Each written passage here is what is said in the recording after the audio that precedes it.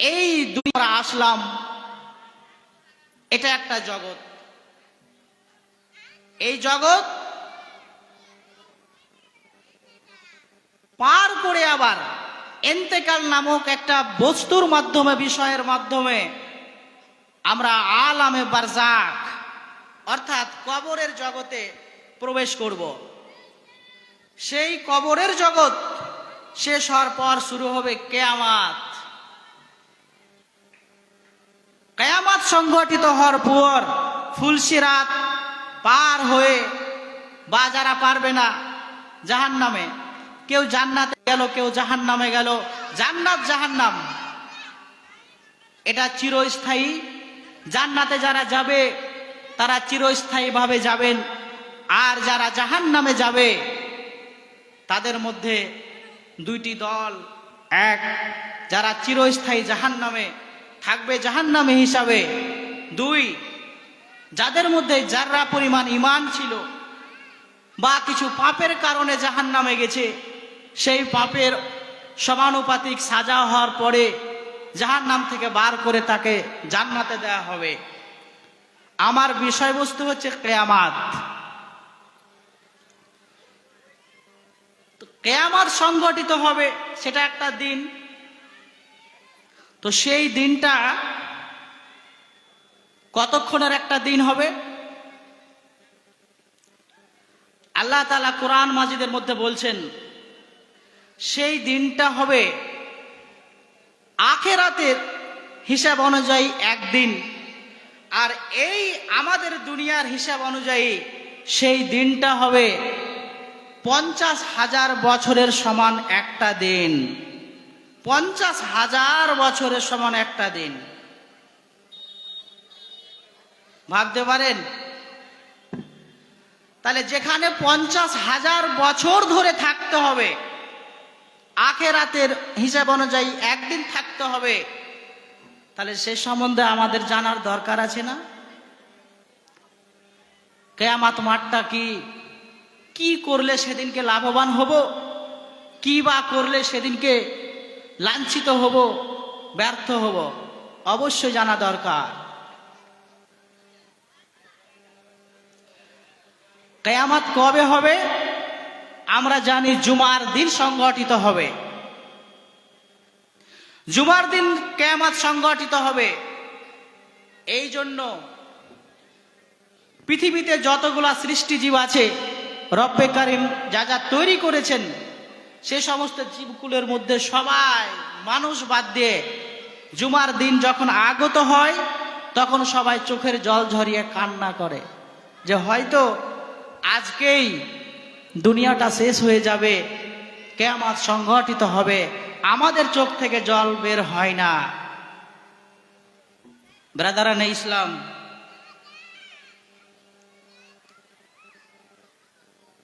পশু পক্ষী কান্না করে, কাঁদে, আমাদের দিল কত শক্ত। কিছু কথা শোনাবই অল্প সময়ের মধ্যে, আপনার কঠিন দিলটাকে নরম করার চেষ্টা করব। তবে কঠিন দিল যদি নরম না হয়, তাহলে বুঝতে হবে আমার আপনার কপাল পুড়ে গেছে, অর্থাৎ জাহান্নামী। ভালো কথা কানে ঢুকবে না। আল্লাহ তাআলা সূরা বাকারায় বলেন, খাতামাল্লাহু আলা কুলুবিহিম ওয়া আলা সামঈহিম ওয়া আলা আবসারিহিম গিসাওয়াহ ওয়া লাহুম আযাবুন আযীম। জ্ঞান অর্জনের রাস্তা কয়টা আমাদের? কান। কানের মাধ্যমে আমরা শুনি, শ্রবণ করে জ্ঞান অর্জন করি। চোখ দিয়ে পড়ি, জ্ঞান অর্জন করি। বিবেক, দিল, এগুলো দিয়ে বুঝি কোনটা ভালো কোনটা মন্দ, এটাও একটা জ্ঞান অর্জনের রাস্তা। এই সমগ্র রাস্তাগুলোকে আল্লাহ তাআলা বন্ধ করে দেবে, তালা মেরে দেবে। কখন? যখন পাপ করে করে করে মানুষের দিলটা জং ধরে যায়, জ্ঞান অর্জনের রাস্তাগুলো জং ধরে যায়, মরিচা পড়ে যায়, আর হয় না। এই জন্য দেখবেন, ভালো জিনিস শোনার পর যদি মন না গলে, তাহলে বুঝবেন আল্লাহ তাআলা হয়তো আমাকে আর ভালোর দিকে চান না। ওটা আমরা কেউ হতে চাই না, ওই ক্যাটাগরির মধ্যে আমরা কেউ পড়তে চাই না। কারণ যদি হয় তাহলে আমরা সবাই হালাক হয়ে যাব, বরবাদ হয়ে যাব। আল্লাহ তাআলা যেন আমাদের দিলটাকে নরম করে রাখেন ব্রাদারানে ইসলাম। তো যাই হোক, কিয়ামতের মাঠ সংগঠিত হবে। কিয়ামতের মাঠে রব্বুল আলামিন জান্নাতকে টেনে নিয়ে হাজির করবেন, কিয়ামতের মাঠে জাহান্নামকে টেনে নিয়ে হাজির করবেন। জান্নাত থাকবে, জাহান্নাম থাকবে, এবং হযরতে আদম আলাইহিসসালাতু সাল্লাম থেকে শুরু করে কিয়ামত পর্যন্ত যতগুলা মানুষ দুনিয়ায় এসেছে, সমগ্র মানব জাতিকে সেই দিনকে ওই মাঠে হাজির করে নেওয়া হবে। শুধু তাই নয়, আল্লাহ রাব্বুল আলামিন যতগুলো প্রাণী তৈরি করেছিলেন, ছাগল থেকে শুরু করে, ঘোড়া থেকে শুরু করে, গরু থেকে শুরু করে, মোষ থেকে শুরু করে, কুকুর, যতগুলো প্রাণী তৈরি করেছিলেন, রব্বে কারিম সেই মাঠে সমগ্র প্রাণীকুলকে হাজির করে নেবেন। তাহলে মাঠটাতে ধরবে কেমন করে জি? মাঠটাই বা কত বড় হবে? জান্নাতকে ওখানে হাজির করা হবে, জাহান্নামকে হাজির করা হবে, সমস্ত প্রাণীদেরকে হাজির করা হবে, মানুষদেরকে হাজির করা হবে, জিনদের হাজির করা হবে। তাহলে ধরবে কি? কল্পনার বাইরে। মাঠটা তো তৈরি করতে হবে, সবকে তো হাজির করতে হবে। আল্লাহ তাআলা বলছেন, ওয়াইজাল আরদু মুদ্দাত, সেদিনকে আমি আল্লাহ আমার কুদরতি পাওয়ার খাটিয়া পৃথিবীর জমিনটাকে প্রসারিত করে দেব, পৃথিবীর জমিনটাকে দৈর্ঘ্যে প্রস্থে বাড়িয়ে দেব, এবং কতটা বাড়াবো? যতটা দরকার হয় ততটাই বাড়াবো, এমনটাই বাড়াবো যাতে করে জান্নাতকে সেখানে ধরে যায়, জাহান্নামকে ধরে যায়। হযরত আদম আলাইহিসসালাতু সাল্লাম থেকে শুরু করে কিয়ামত পর্যন্ত যতগুলো মানুষ পৃথিবীতে এসেছেন, সমগ্র মানুষগুলোকে যেন ধরে যায়, এবং অন্যান্য যতগুলো জীব আল্লাহ তাআলা তৈরি করেছেন, সমগ্র জীবগুলোকে আমি ওখানে হাজির করে নেব। অতএব অতটাই প্রসারিত করা হবে। বুঝা গেল যে অনেকটা চওড়া করে দেওয়া হবে।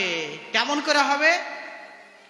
বন্ধুরে আমার, বিজ্ঞান বলে আমরা আকাশে যে সূর্যটা দেখি, এই সূর্যটা সামান্য গোলাকার একটা থালার মতো দেখি, কিন্তু আসলে তত বড় সূর্য নয়। সূর্য কত বড়? এই যে জমিন আছে, পৃথিবী আছে, সায়েন্স বলছে যে এই সূর্যটা পৃথিবীর চাইতে 13 লক্ষ গুণ বড়। তাহলে কি করে আসছে জি? 1 গুণ বড় নয়, 100-500 গুণ বড় নয়, 1 লক্ষ গুণ বড় নয়, পৃথিবীর চাইতে 13 লক্ষ গুণ বড় হচ্ছে সূর্য। তাহলে সেই 13 লক্ষ গুণ বড় পৃথিবীর চাইতে বড় সূর্যকে এই পৃথিবীর মধ্যে আল্লাহ তাআলা উঠার, চলাফেরা করার সব ব্যবস্থা করে দিয়েছে।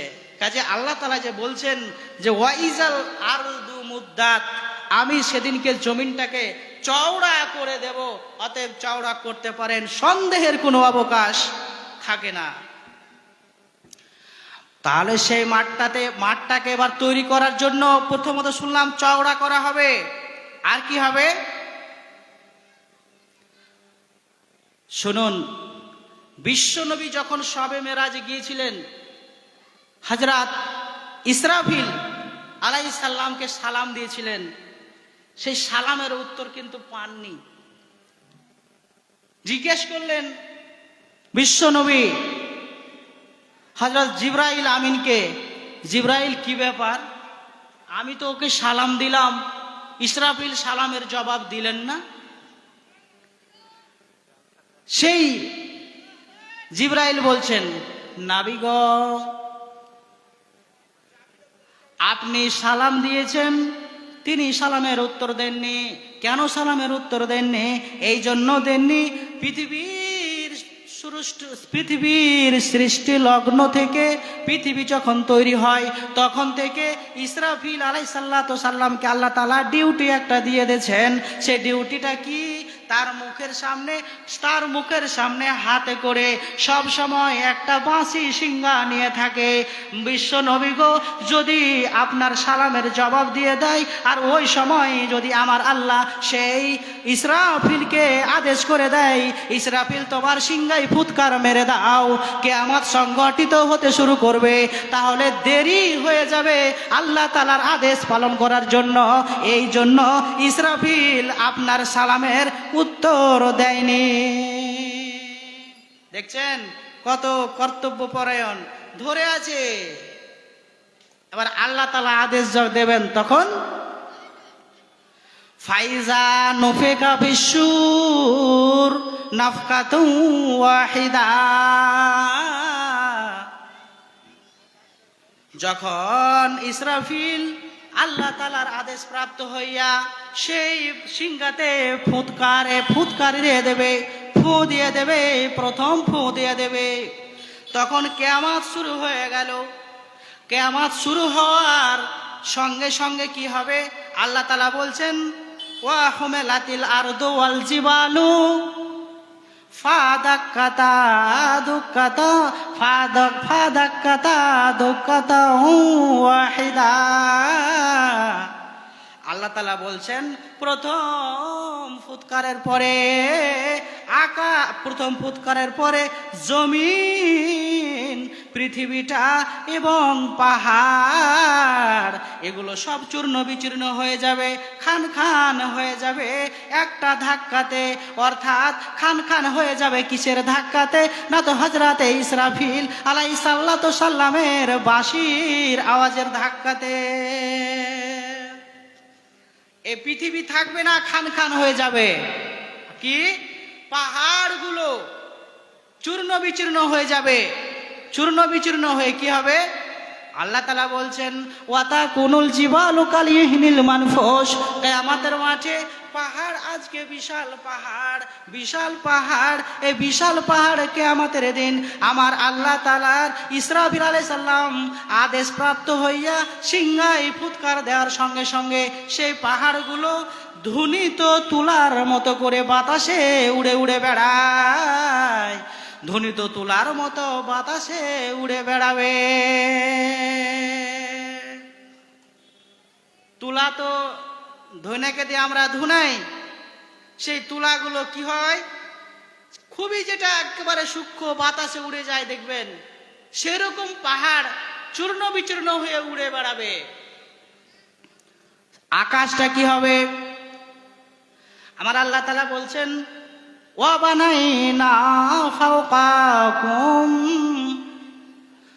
সাবআন শিদাদা। আমি আল্লাহ তোমার মাথার উপরে চেয়ে দেখো, আমি আল্লাহ এক নয় দুই নয়, একক করে 1 2 করে 7টি আসমান তৈরি করে রেখেছি। আসমান তৈরি করে রেখেছি এই জন্য যে আমার বান্দারা আসমানের দিকে তাকাবে আর সৃষ্টিকর্তার গবেষণা করবে। আহারে, এই আসমান কেমন করে আল্লাহ আমার তৈরি করেছেন, একটাও যেখানে পিলার নাই। আসমানকে সুসজ্জিত করে দিয়েছেন চন্দ্র সূর্য দিয়ে, গ্রহ দিয়ে, নক্ষত্র দিয়ে, সব কিছু দিয়ে আসমানকে সুশোভিত করেছেন, সৌন্দর্য করে তুলেছেন। সেই সুশোভিত সৌন্দর্য আকাশ সেদিনকে ভেঙে চুরমার খান খান হয়ে যাবে। বাবা যাই, তাহলে আকাশ কয়টা? 7টা।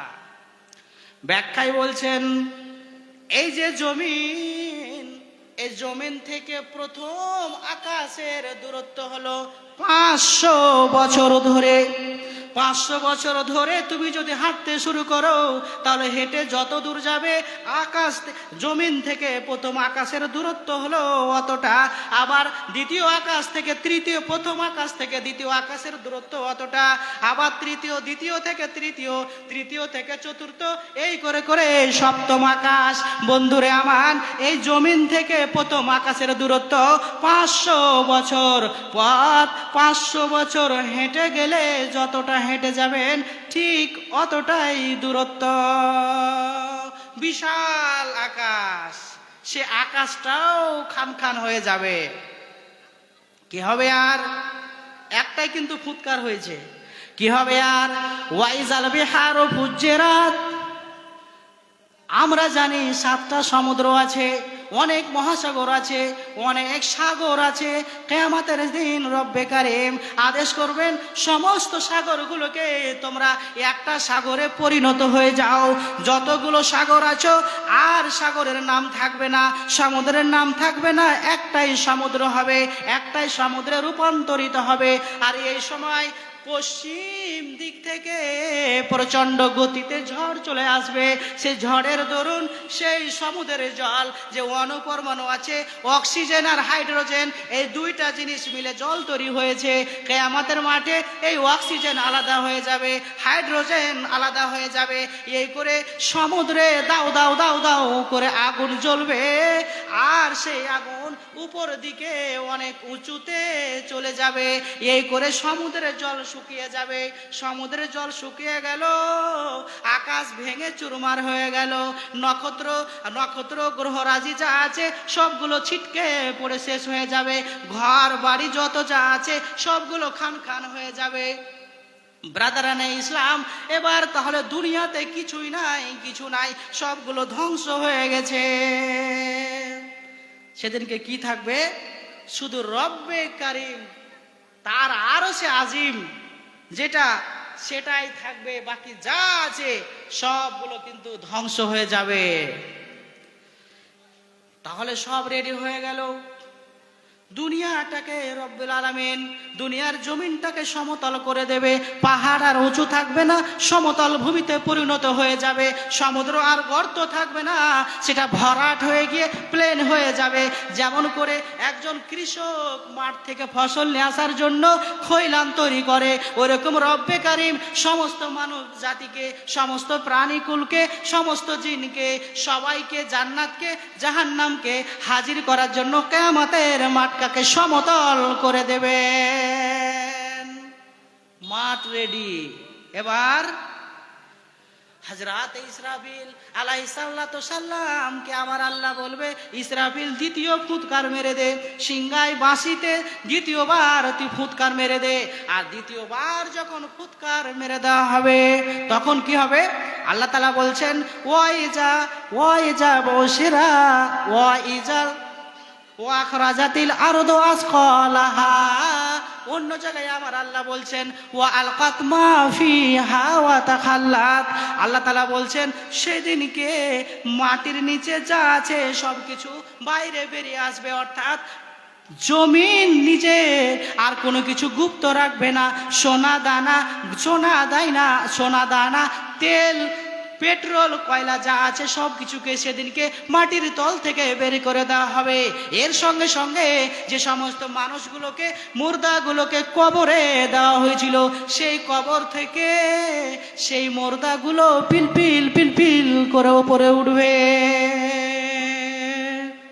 আচ্ছা, বলা হলো যে একজন লোক রাস্তাতে অ্যাক্সিডেন্ট হয়েছে, হয়ে ওর একটা পূর্ণ শরীর মেলেনি, পাওয়া যায়নি, এমন বিভৎসভাবে অ্যাক্সিডেন্ট হয়েছে, একেবারে পিস পিস হয়ে চলে গেছে।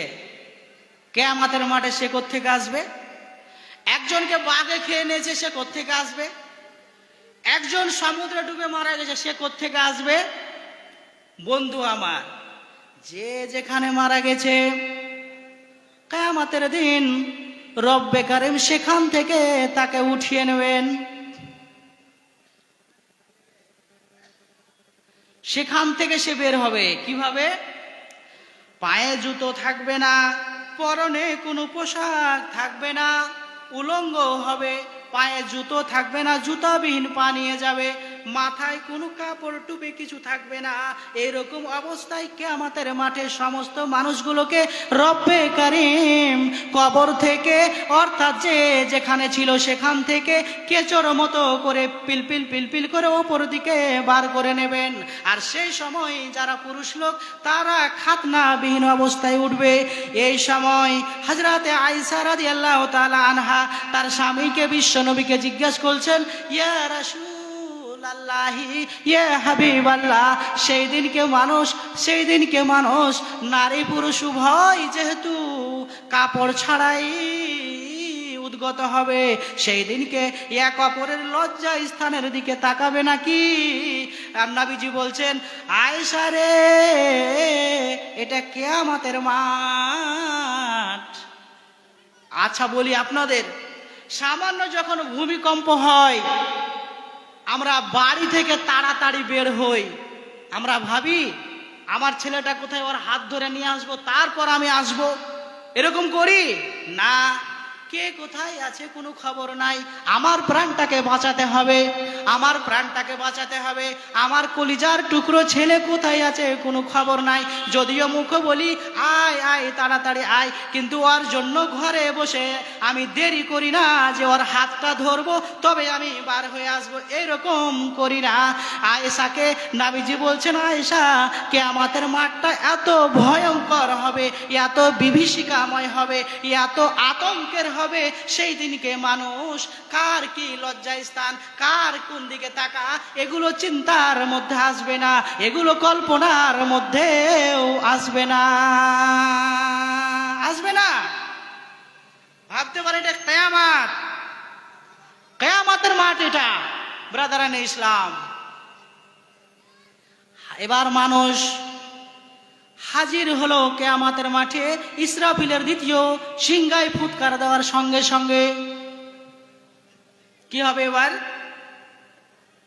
নবীজি বলছেন, সেই দিনকে, আজকে আকাশ এবং জমিনের দূরত্ব অনেক, এত দূরে সূর্য আছে, সেই সূর্যের তাপ আমরা চৈত্র বৈশাখ জ্যৈষ্ঠ মাসে সহ্য করতে পারি না, সেই তাপের দরুন আমাদের ঘাম ঝরে ঝরে ঝরে ঝরে পড়ে যায়, সেই তাপের দরুন প্রবল তৃষ্ণা পেয়ে যায়, সে তাপের কারণে একটু হাঁটলেই আমরা হাঁপিয়ে যাই, একটু যাওয়ার পরে পরেই জল জল জল চাই, আর না হলে একটা গাছের তলায় একটু বসিয়ে নিজেকে জিরিয়ে নেওয়ার জন্য চেষ্টা করি। গাছের পাশে একটা আমরা রাস্তার পাশে একটা আমরা গাছ দেখি যে একটা গাছ যদি থাকে একটু বসবো, নিজেকে জিরিয়ে নেব, একটু ছায়ায় বসে নিজেকে রেস্ট নিয়ে একটু রিফ্রেশ করে নেব, একটু মনটাকে ফ্রি করে নেব, নিয়ে আবার হাঁটতে শুরু করব। ভাবেন সেদিনকে আমরা এই দুনিয়াতে আমরা এরকম করি, তো সেদিন কি হবে? নবীজি বলছেন, কিয়ামতের মাঠে মানুষের মাথা থেকে চোখে সুরমা দেওয়ার যে একটা কাঠি, 3 আঙ্গুল ধরেন বা একটা লোক আঙ্গুল ধরেন, এই 3 আঙ্গুল দূর থেকে সূর্য আমার আপনার মাথায় কিরণ দেবে, আলো দেবে, তাপ দেবে, সেই তাপটা, সেই তাপের কারণে আবার কিয়ামতের মাঠটা উত্তপ্ত হয়ে যাবে, কিয়ামতের মাঠটা প্রবল উত্তপ্ত হয়ে যাবে, পায়ে কোনো জুতা নাই, কোনো চপ্পল নাই, তার মানে পার দিক দিয়েও কষ্ট, আবার মাথার উপরে সূর্য, সেখানে সূর্যের তাপে আবার ঘর্মাক্ত হয়ে সূর্যের তাপে শরীর এত খারাপ হয়ে যাবে, এত অবস্থা ত্রাহি ত্রাহি হয়ে যাবে, ব্রাদারানে ইসলাম পানি পানি করে চিৎকার শুরু হয়ে যাবে। কি বলা হয়েছে? সেই সূর্যের তাপে কাউরির ঘামের জল টাকনু পর্যন্ত, কারুর হাঁটু, কারুর কোমর, কারুর মুখ, কারুর নাক, কেউ হাবুডুবু খাবে, এইরকম হবে। বুঝতে পেরেছেন? আবার সেদিন দেখেন না কত ভয়ঙ্কর অবস্থা। সেই দিনকে যদি কোনো মানুষ কারোর প্রতিবেশীর জমি যদি 1 বিঘা চেপে নাই, আলটা বেশি করে কেটে নাই, 1 বিঘা যদি চেপে নাই, কিয়ামতের মাঠে তার গলাতে 7 তবক আসমানকে ঝুলিয়ে দেওয়া হবে। শুধু তাই নয়, লেন গলায় লোড, ওপরে সূর্য, উত্তপ্ত মাটি সহ্য হয় না, তার উপর আপনি যৌবন অবস্থায়, যুবক অবস্থায় অন্য বাড়ির পেঁপে চুরি করে খেয়েছেন, আম চুরি করে খেয়েছেন, বা কারোর বিনা অনুমতিতে কোনো জিনিস নিয়ে এনেছেন, সেই জিনিসগুলো কিয়ামতের মাঠে আপনার ঘাড়ে চলে আসবে, আপনার ঘাড়ে বোঝা হয়ে যাবে, আপনার ঘাড়ে সেগুলো লোড হয়ে যাবে। ঘাড়ে লোড, মাথার উপরে সূর্য তাপ সহ্য হয় না, পা পুড়ে যাচ্ছে, মাটি উত্তপ্ত, সহ্য করা যাচ্ছে না। আবার প্রচণ্ড তাপের কারণে জিহ্বাটা বার হয়ে নাভি তাক চলে আসবে। সেই দিনকে কত ভয়ঙ্কর হবে। নাবিজি বলছেন সেই দিনকে গর্ভবতী মহিলা যতগুলো আছে, যতগুলো থাকবে, সেই সমস্ত মহিলাদের কখন পেট থেকে বাচ্চা হয়ে পড়ে যাবে বিন্দু মাত্র টের পাবে না। ভাবেন তো, আজকের এই দুনিয়ায় আমাদের মায়েদের, আমাদের বোনেদের স্ত্রীদের সন্তান হলে কত কষ্ট পায়। আহারে, 1, 2, 3 লিটার পর্যন্ত শরীর থেকে রক্ত বের হয়ে যায়।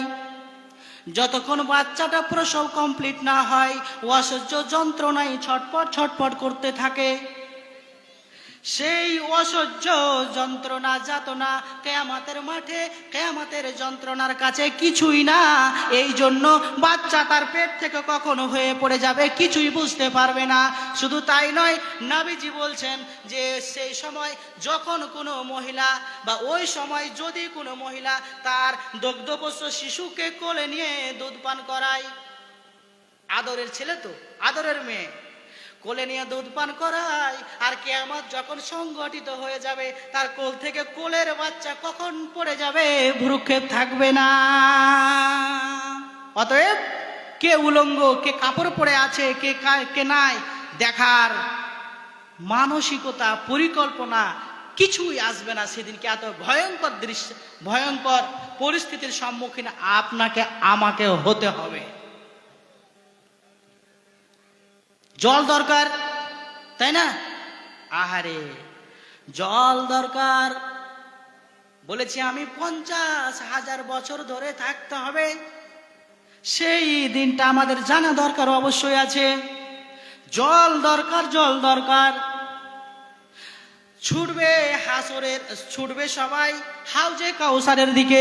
যদি নবীর কাছে একটু আমি জল পেয়ে নিই, আর হাউজে কাউসারের জলের এত মূল্য, সেই জল যদি একবার কেউ তার ভাগ্যে পেয়ে যায়, নসিবে পেয়ে যায়, নসিবে পান করার সুযোগ পেয়ে যায়, তাহলে কিয়ামতের মাঠ 50,000 বছর ধরে যে থাকতে হবে, আর কোনোদিন তাকে তৃষ্ণা লাগবে না, দৌড়ে যাবে।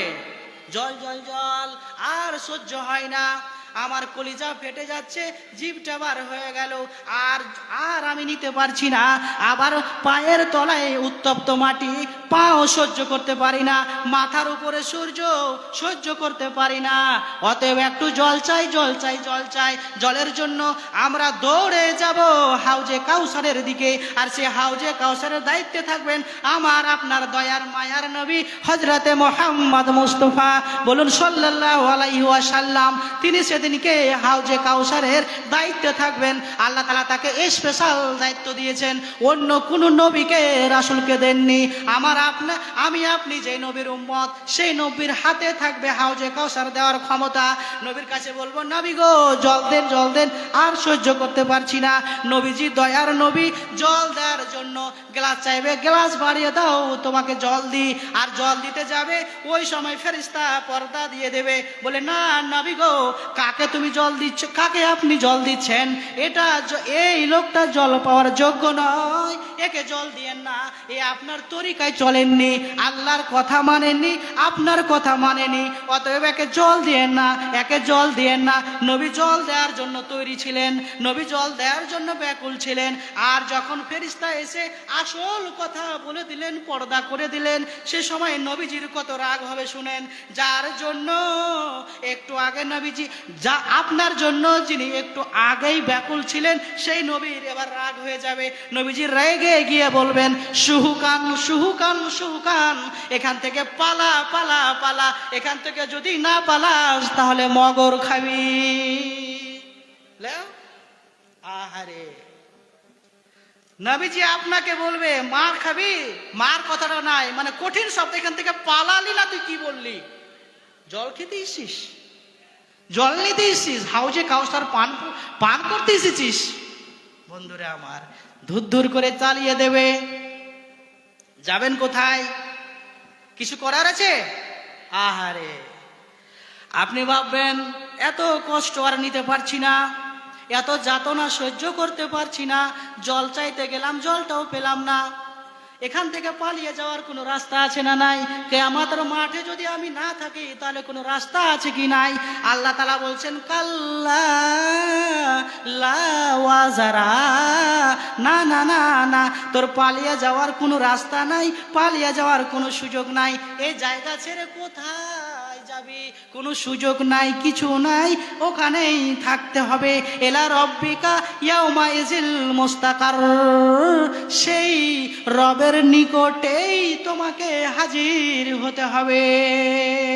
ওই কিয়ামতের মাঠেই তোমাকে হাজির হতে হবে, থাকতে হবে। যাবে কোথায়? পালাবার রাস্তা নাই। বুঝতে পেরেছেন? সেই দিন ভয়াবহ অবস্থা হবে। আহারে, আপনি বিপদে পড়েছেন, সমস্যায় পড়ে গেছেন, একটা নেকি যদি আপনার হয় তাহলে আপনি জান্নাতে চলে যাবেন। আপনার কপাল পোড়ালো অক্ষরটা, শব্দটা কেটে গিয়ে আপনি জান্নাতি হয়ে যাবেন। একটা নেকির জন্য আপনি ভাইয়ের কাছে যাবেন, মার কাছে যাবেন, বাবার কাছে যাবেন, স্ত্রীর কাছে যাবেন, বন্ধু বান্ধবের কাছে যাবেন, আত্মীয় স্বজনের কাছে যাবেন, তারা কেউ সাড়া দেবে না। আমার আল্লাহ বলছেন সেই দিনকে, সেই দিন বিপদের দিন তোমার পাশে কেউ থাকবে না। অতএব ওয়াত্তাকু ইয়াউমাল লা তাজজি নাফসুন আন নাফসিন শাইআ, সেদিনকে তোমার পাশে কোনো মানুষ থাকবে না, কোনো মানুষ অন্য কোনো মানুষের কোনো উপকারে আসবে না। অতএব সেই দিনটাকে তুমি ভয় করো, সেই দিনটাকে তোমরা ভয় করো। ভয় করার তো কথা বলছে, আমরা শুনছি, কিন্তু কতটা ভয় করছি বন্ধু আমার?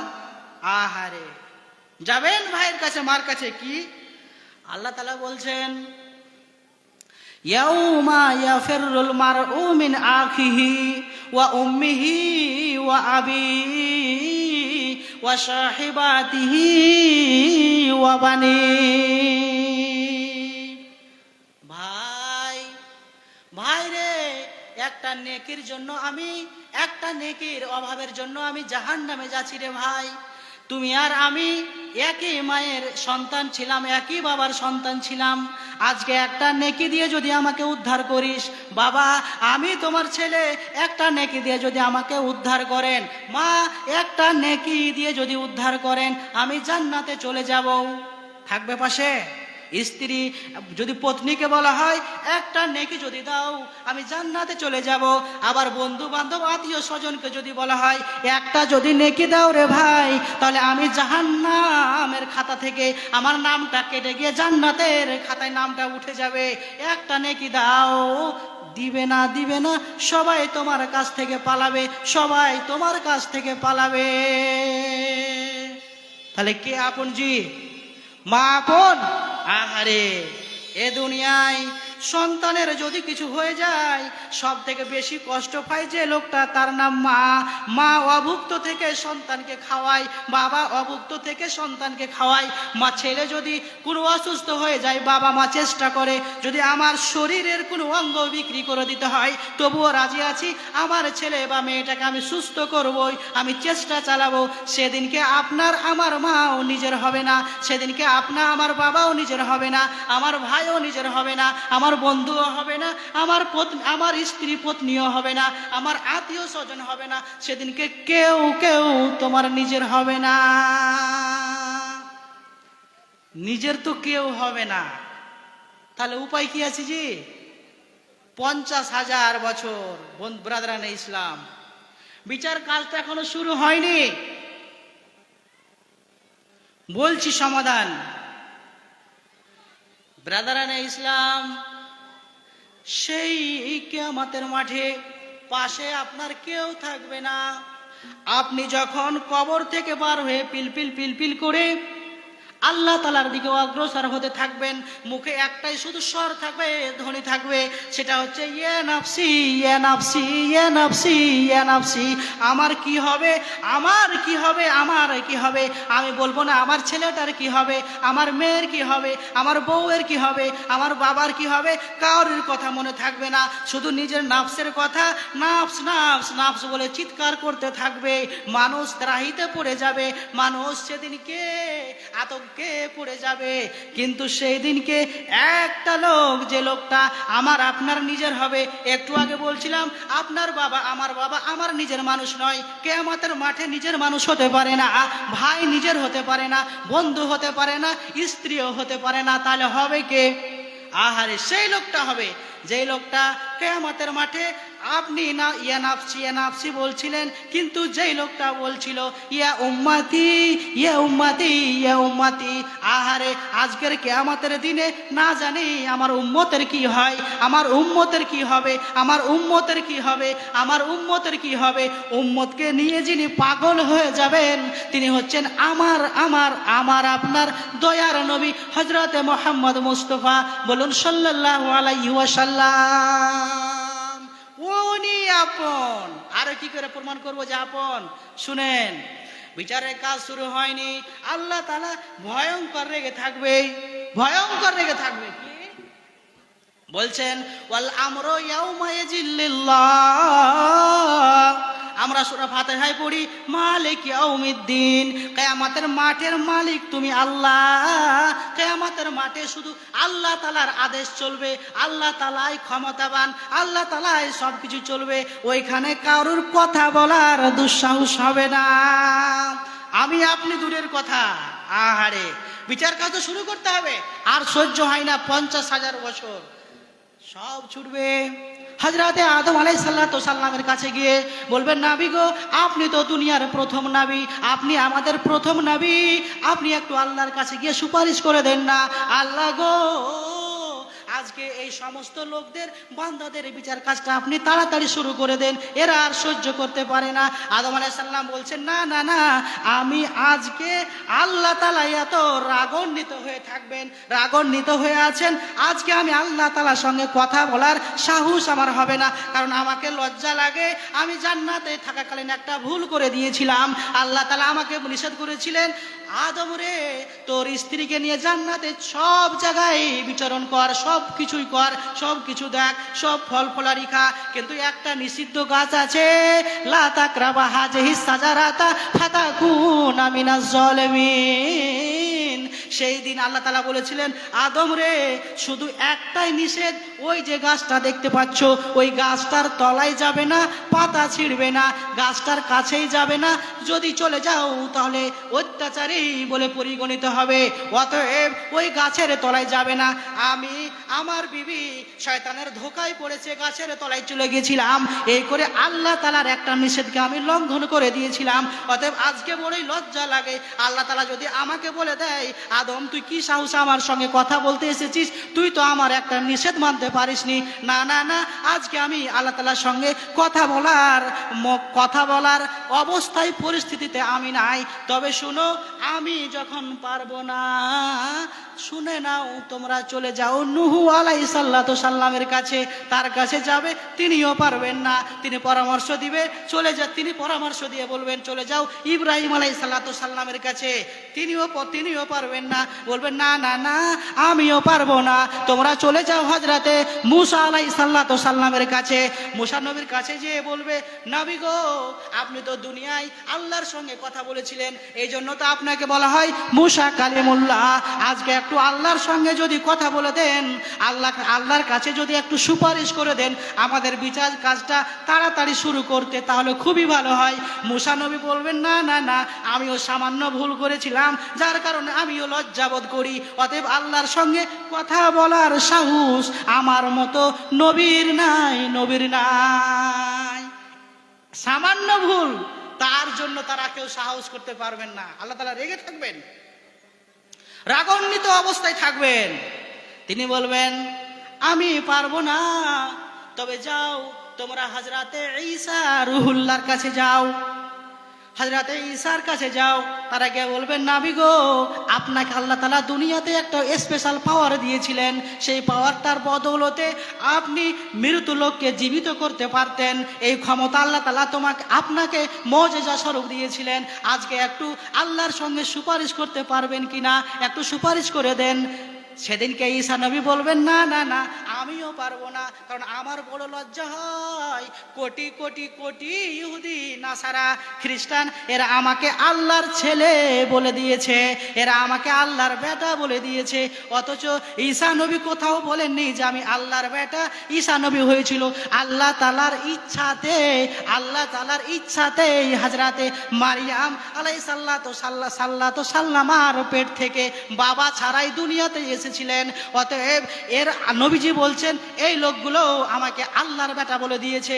অথচ সূরা ইখলাসের মধ্যে আল্লাহ তাআলা বলেন আল্লাহ তাআলার কোনো বাবা নাই, আল্লাহ তাআলার কোনো ছেলে নাই, আল্লাহ তাআলাকে কেউ জন্ম দেয়নি, আল্লাহ তাআলাও কাউকে জন্ম দেয়নি। অথচ এরা বলছে যে ঈসা নবী হলো আল্লাহ তাআলার ছেলে।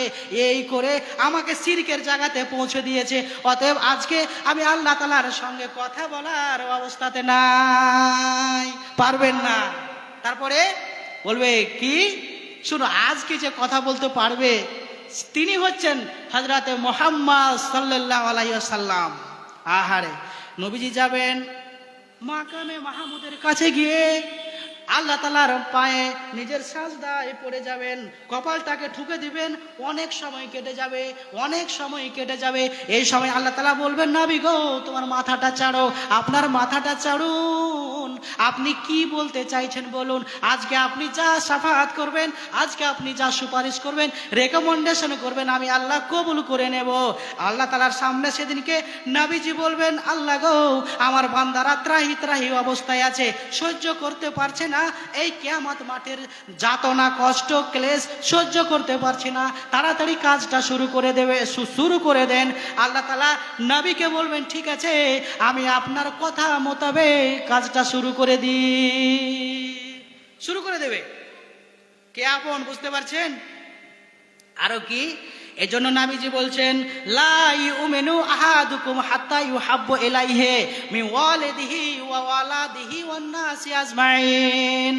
নবীজি বলছেন তোমরা ততক্ষণ পর্যন্ত পূর্ণ মুমিন হতে পারবে না, তোমরা ততক্ষণ পর্যন্ত নিজেকে পূর্ণ ঈমানদার ব্যক্তি বলে পরিচয় দিতে পারবে না, যতক্ষণ পর্যন্ত না আমি মুহাম্মদ সাল্লাল্লাহু আলাইহি সাল্লামকে তোমার বাবার চাইতে বেশি ভালোবাসছো, তোমার মায়ের চাইতে বেশি ভালোবাসছো, তোমার ছেলে মেয়ের চাইতে বেশি ভালোবাসছো, এমনকি তোমার আত্মীয় স্বজন দুনিয়ার সমস্ত মানুষের চাইতে বেশি ভালোবাসছো।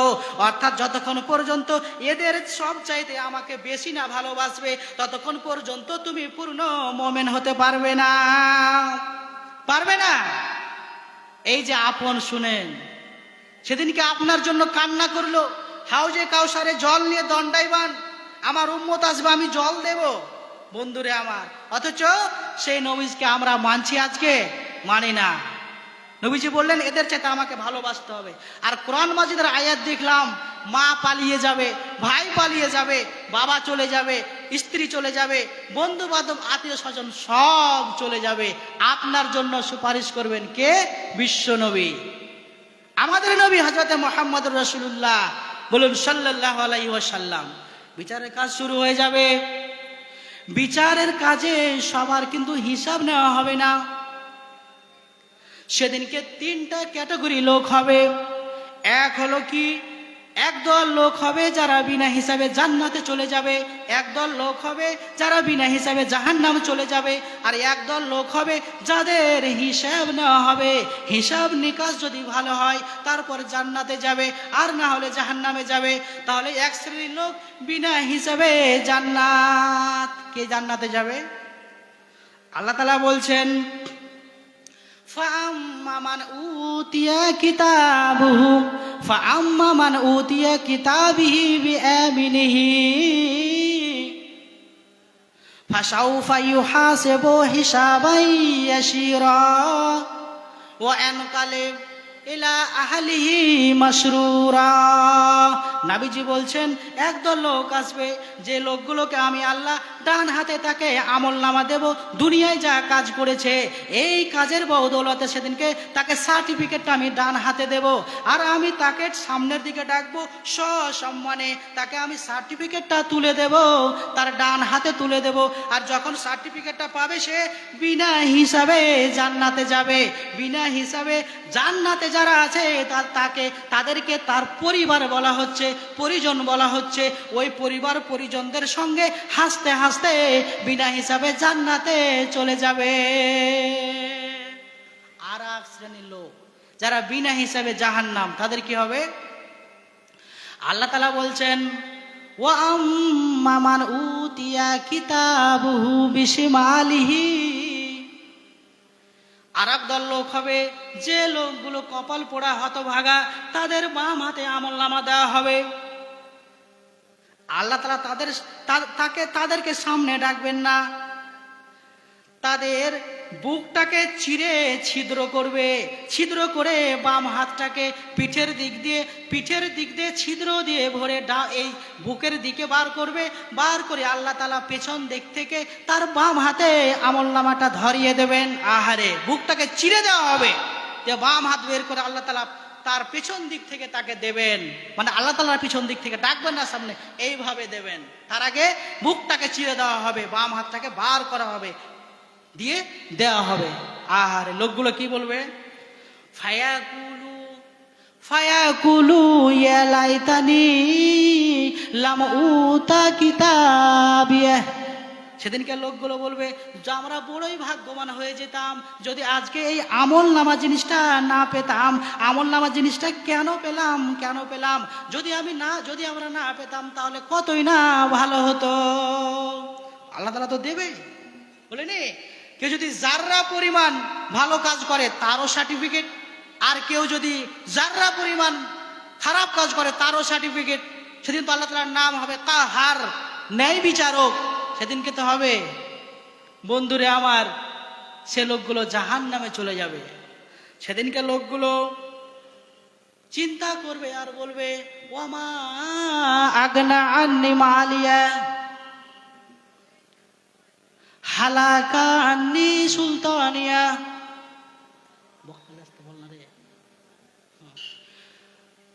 সেদিনকে তারা আফসোস করে বলবে, হাই হাই হাই, দুনিয়াতে আমার কত টাকা পয়সা ছিল, সোনা দানা ছিল, কত আমার সম্পদ ছিল, এগুলো সব বরবাদ হয়ে গেল। আমার কত ক্ষমতা ছিল, আমার বাদশাহী ছিল, এগুলো কিছুই কাজে আসলো না, সবগুলো হালাক হয়ে গেল, কিছুই কাজে আসলো না। তার মানে সবগুলো ব্যর্থ হয়ে গেল। ব্যর্থ হওয়ার পরে লোকটা এখন সরাসরি জাহান্নাম। তাকে পায়ে বেড়ি শৃঙ্খল পরিয়ে শৃঙ্খলের বেড়ি পরানো হবে। আবার বলা হয়েছে মাথাটা নিচের দিকে করে, পাটা উপর দিকে করে ছেঁচড়াতে জাহান্নামে নিয়ে যাওয়া হবে।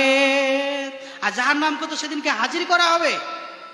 সুবহানাল্লাহ। সেদিনকে জাহান্নামের যা গর্জন কিয়ামতের মাঠে ভাবতেই পারবেন না। এই যে ভয়ঙ্কর পরিস্থিতি হবে সেই দিন। আর কি বলুন তো,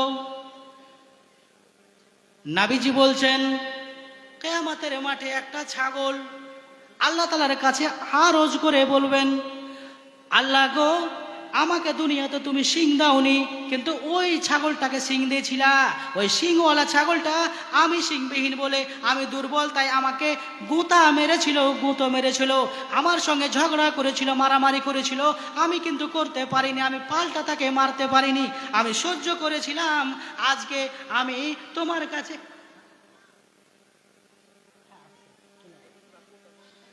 আচ্ছা এই মুখলেস যাও তো এই তখন বলবে যে আজকে আমাকে বিচারটা করে দেন। তখন কি বলবে? এটা করেছিলি রে? বলে হ্যাঁ। আল্লাহ তাআলা তখন শিংবিহীন ছাগলটাকে বলবে, ও শিংবিহীন ছাগল, তোমার আজকে মাথায় শিং গজিয়ে যাবে। আর শিং গজিয়ে যাওয়ার পরে তোমাকে জবার গুঁতো মেরেছিল, তুমি তো আবার তাকে গুঁতো মেরে নাও, তাকে গুঁতো মেরে দেবে। ওদের বিচার যখন সমাপ্ত হয়ে গেল, আল্লাহ তাআলা বলবেন, তোমরা এবার মাটিতে মিশিয়ে যাও। এ করে কুকুর, ছাগল, বিল্লি, ঘোড়া, গাধা, গরু, মোষ যতগুলো সেদিনকে হাজির করেছিল আল্লাহ তাআলা, সবাই মাটিতে মিশিয়ে যাবে। শুধু সেদিনকে থাকবে মানুষ। এরা মিটাবে না। এবার কারোই কোনো জিনিস নিয়েছেন, খেয়েছেন, সেই জিনিসটা আপনি তো বলবেন যে আল্লাহ আজকে আমাকে বিচারটা করে দেন, আমার ও জিনিসও নিয়ে নিয়েছিল, আমার অনুমতি ছাড়াও এটা চুরি করেছে, এটাও দখল করে নিয়েছিল। আল্লাহ তাআলা তো ন্যায় বিচারক, দে এখন পরিশোধ কর, কি দিয়ে করবি? তো দাও, ওর যা তুমি নিয়েছিলে বিনা অনুমতিতে, এখন আর বৌদৌলতে দাও, পরিশোধ করো, কি দিবে? আহারে, নবীজি বলছেন এটা দুনিয়া নয়, এটা পৃথিবী নয়, এখানে কোনো কেনা বেচা নাই। কিনা বেচা নাই মানে টাকার কোনো মূল্য নাই। নবীজি বলছেন লা ইয়াকুনা দিনারুন ওয়া লা ইয়াকুনা দিনারুন ওয়া লা ইয়াকুনা দিরহামুন।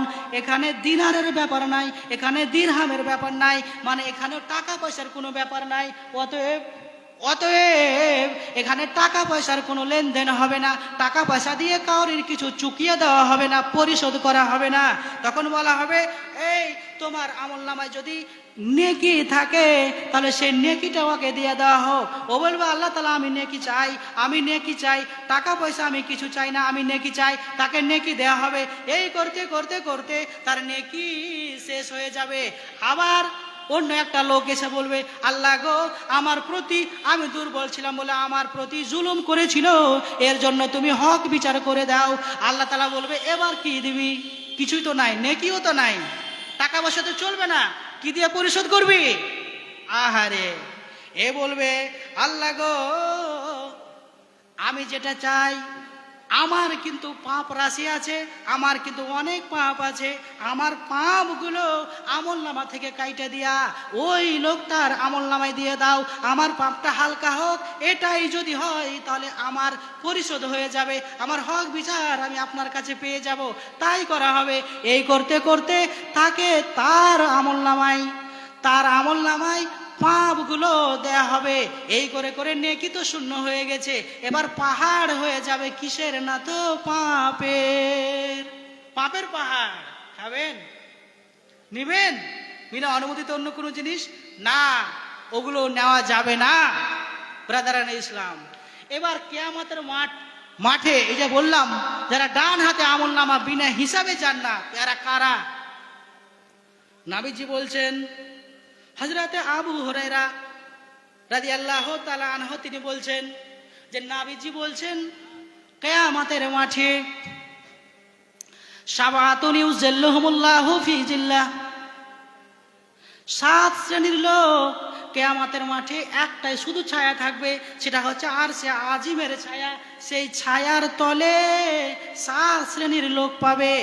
আর কিয়ামতের শুরুতেই যদি সেই লোকগুলো ছায়ার তলে আশ্রয় পেয়ে যায়, এই লোকগুলো সূর্যের তাপও পাবে না, এদের ত্রাহি ত্রাহি অবস্থা হবে না, এদের পায়ের তলার মাটি উত্তপ্তও লাগবে না, উত্তপ্তও হবে না।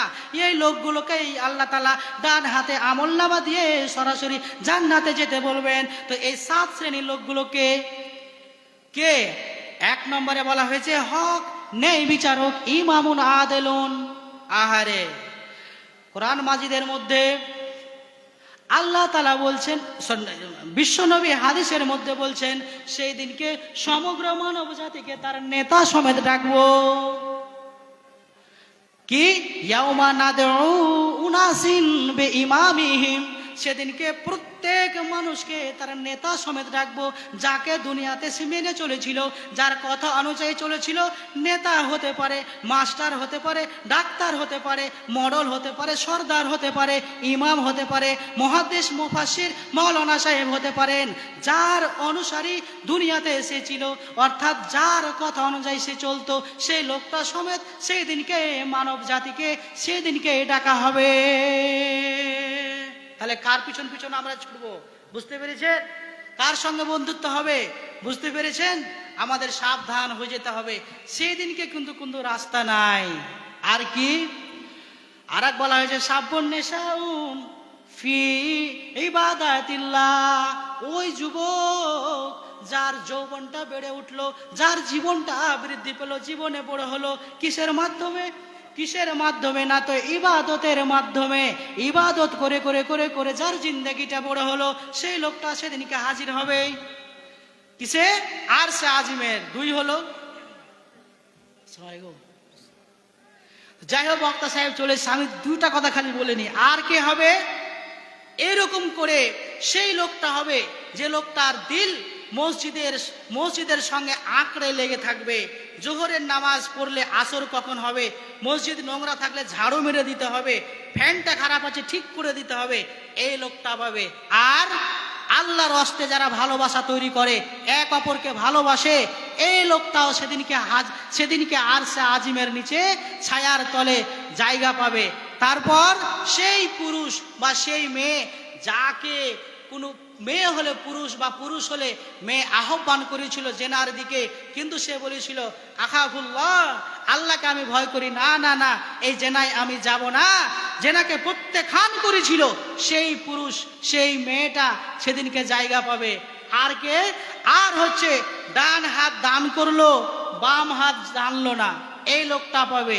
আমি আপনি দান করি, মোড়ে বাজারে আড্ডায় যেখানে সেখানে আড্ডা মারি আর বলি আমার ছেলে এ দিয়েছে, আমি দিয়েছি 5,000 10,000, মাদ্রাসায় এত, কিচ্ছু লাভ নাই। কিচ্ছু মানে সেদিনকে আপনি জায়গা পাবেন না। জায়গা যদি পেতে হয় আপনাকে ডান হাতে দান করলে বাম হাত জানতে না পারে, মানে চুপি চুপি গোপনে দান করতে হবে। আর একটা লোক, যে লোকটা পাপ করে নিয়েছে, পাপ করেছে, পাপ করার পর রাত্রে আল্লাহ তাআলার কাছে দুই রাকাত হোক সাধ্য মতো নামাজ, নফল নামাজ পড়ে হাত তুলে কান্না করছে, চোখের জল ফেলে ফেলে কান্না করছে, আল্লাহ তুমি আমি এগুলো করেছি, তুমি ক্ষমা করে দাও, তুমি যদি ক্ষমা না করো তাহলে আমি হালাক হয়ে যাব, বরবাদ হয়ে যাব, তুমি ক্ষমা করে দাও। আল্লাহর সামনে যতগুলো পাপ করেছি সেই পাপগুলো সে তুলে ধরে, আল্লাহর সঙ্গে পাপের ইতিহাস তুলে ধরতে হয়, নির্জন সময় নির্জন জায়গায়, আল্লাহ তাআলা বড্ড খুশি হয়। যাই হোক, বক্তা সাহেব চলে এসেছেন, আপনাদের আমি অনুরোধ করছি সেই কিয়ামতের ভয়াবহতা থেকে বাঁচতে। কিয়ামতের যেমন একাধারে কষ্ট ক্লেশের ইতিহাস আছে বা কষ্ট ক্লেশের কথা হাদিস কোরআনে আছে, অপরদিকে আবার সুসংবাদও রয়েছে। সুসংবাদ হচ্ছে এই যে সেই আরশে আজিমের নিচে জায়গা করে নিতে হবে 7 শ্রেণীর মধ্যে। আল্লাহ তাআলা যেন আমাদেরকে ইনক্লুড করে দেয়, অন্তর্ভুক্তি করে দেয়। আমরা বলি আল্লাহুম্মা আমিন। ভুল ত্রুটি মার্জনীয় কিছু কথা বললাম, যারা হয়তো শুনলেন, অভিজ্ঞ ব্যক্তিত্ব যারা আছেন, কোথাও ভুল হলে পরে ধরিয়ে দেবেন, শুধরে নেব ইনশাআল্লাহ। আমার ক্ষুদ্র নলেজ, ক্ষুদ্র জ্ঞান, তেমন কিছু আমি জানি না, হালকা জানি, সেই সাধ্যমতো বললাম। সেটা বলতে গিয়ে ভুল হলে পরে ক্ষমা করবেন, আপনাদের কাছে আমি ক্ষমা প্রার্থী। যাই হোক, আল্লাহ তাআলা যেন আমাদের সবাইকে কিয়ামতের মাঠে সফল করেন, আমরা বলি আল্লাহুম্মা আমিন। সফল মানে এই দুনিয়াদারি সফল না, আখেরাতে যে সফল কামিয়াব, ওই হলো আসল কামিয়াব, আসল সফল। আল্লাহ তাআলা যেন আমাদেরকে সেই সফলতার সার্টিফিকেট ডান হাতে দেয়, আমরা বলি আল্লাহুম্মা আমিন, আল্লাহুম্মা আমিন। এই বলে আমার বক্তৃতা শেষ করলাম। আসসালামু আলাইকুম ওয়া রাহমাতুল্লাহি ওয়া বারাকাতুহু।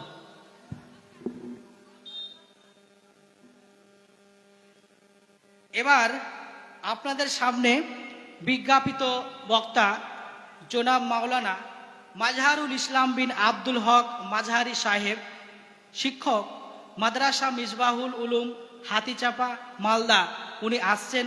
ওনার আলোচ্য বিষয় ইসলামিক সমাজ গঠনে যুবকদের ভূমিকা। আপনারা ওনার বক্তৃতা মন দিয়ে শুনুন এবং যুবকদেরও বলবো আপনারাও শুনুন, যুবকদের ভূমিকা ওনার বিষয়বস্তু। যাই হোক, আপনারা শুনুন এবং আমল করার চেষ্টা করুন। বক্তা সাহেব আসুন।